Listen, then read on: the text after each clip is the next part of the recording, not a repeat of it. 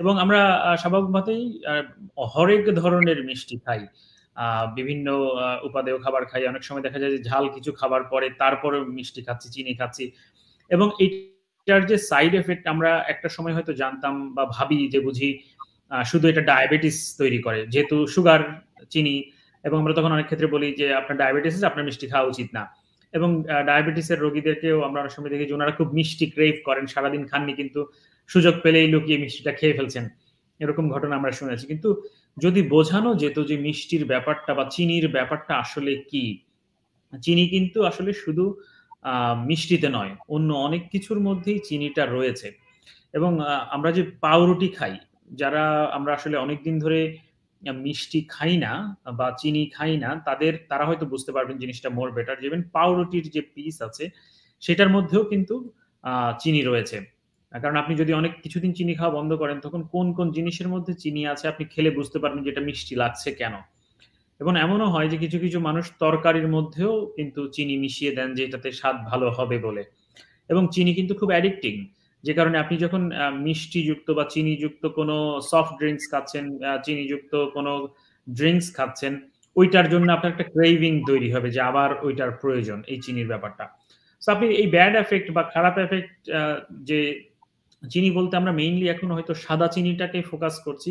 কারণ আমরা যে বলছিলেন যে আম সাদা চিনি মানে হচ্ছে যে হোয়াইট পয়জন এখন বলা হয়। আপনি Google এ সার্চ করে দেখতে পারেন। আমার কথা যে শুনতে পারেন মানে অনেক ধরনের সমস্যাগুলো রয়েছে। আমরা যদি দেখি যে এই রিফাইন্ড সুগার মানে সাদা যে সুগার সেটা কি করছে? আপনাকে মোটা করে তুলছে।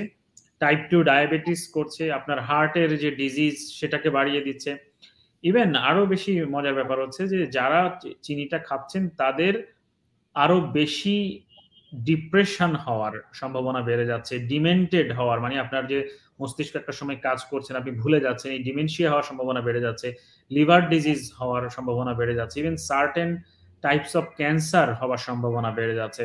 ইভেন আসলে আমরা কিন্তু কেউ আ বুড়ো হতে চাই না বা আমরা চাই না যে আমাদের স্কিন ঝুলে যাক। আমরা চাই যে সবসময় আমরা ইয়াং লুকিং থাকি অনেকে বলেন এবং দেখা যাচ্ছে যে আপনি যখন হোয়াইট সুগার নিচ্ছেন, আপনার এই যে শরীরের স্কিনের যে এইজিং প্রসেস যে একটা বয়সের যে একটা ছাপ, এটা কিন্তু আপনার আর্লি পড়ছে। যত বেশি আপনি চিনি খাবেন তো দেখা যাবে যে আপনার স্কিনটা মোর ওল্ড হয়ে যাচ্ছে এবং শুধু তাই নয়, শরীরের ভেতরে যে কোষ আছে, প্রতিটা সেল ইট এইজেস আর্লি যখন আপনি চিনিটা খাচ্ছেন।